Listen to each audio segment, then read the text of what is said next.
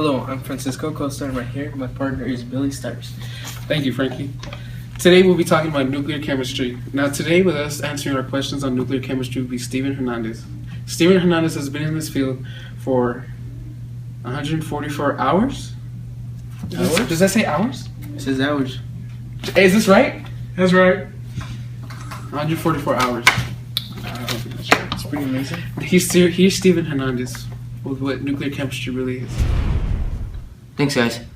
Well, what nuclear chemistry is it's the subfield of chemistry dealing with radioactivity, nuclear processes, such as nuclear transmutation and nuclear properties.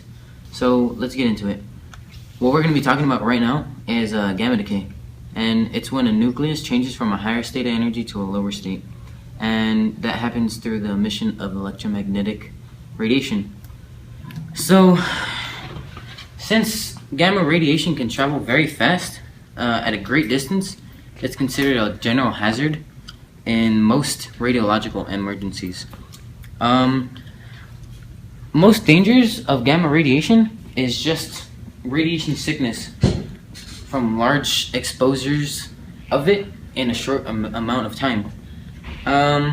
But it can be stopped, and we can prevent ourselves from it.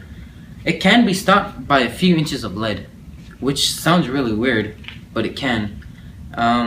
Well, here's Jesse on the story. Thank you, Stephen. I will be taking over the subject of gamma decay. This is the symbol for gamma decay, 00Y. 00 meaning that it doesn't take anything or add anything to the mass and the charge of the atom. Gamma rays is electromagnetic radiation similar to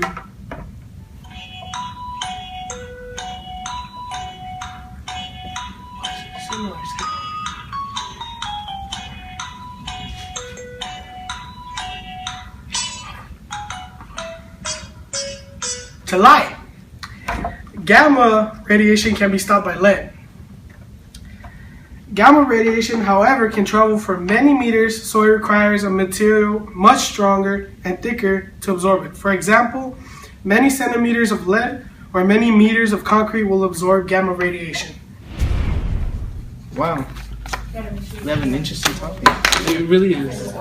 Now, we know about gamma now, but is there more to nuclear chemistry, Steven? As Billy said, we're going to be going over the other two parts of nuclear chemistry, which are alpha and beta decay. In beta decay, a neutron sends its... Hey, get off your phone. Thank you, Jesse.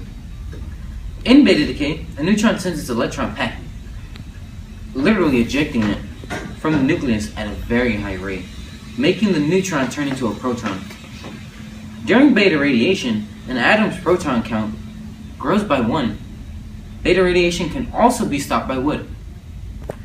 So alpha decay is the next part that we're going to go over, and alpha decay is one process that unstable atoms go through to become more stable. During alpha decay, an atom's nucleus sheds 2 protons and 2 neutrons in a packet that scientists call an alpha particle. Alpha radiation can be stopped by paper. Alpha decay usually happens in larger, heavier atoms, and some of the dangers of this can be the effects. The effects depend on how exposure takes place. External exposure is far less to concern than internal exposure, because the alpha particles lack the energy to penetrate the outer layer of skin. This happens through inhalation, swallowing, or being absorbed. The causes and risks of this happening could be risk of cancer or lung cancer. Welcome back. Day 2 of nuclear chemistry. Here, Francisco Costa and Billy Stars. Thank you, Frankie. This is day 2 on nuclear chemistry. And still with us is Steven Hernandez. We'll point it back to him on more on nuclear chemistry. Thanks, Billy. Today we're going to go over fission, fusion, and half-life. Fission is a nuclear fission that takes place when an atom's nucleus splits into 2 or more smaller nuclei. These smaller nuclei are called fission products. This is an exothermic process releasing kinetic energy of the fission products and the energy in the form of gamma radiation. Fission may be considered a form of element transmutation, since the changing of the number of protons of an element essentially changes the element from one into another. Fusion is a reaction whereby two smaller nuclei are combined to form a large nucleus. These nuclei come at high speeds and collide. They smash together.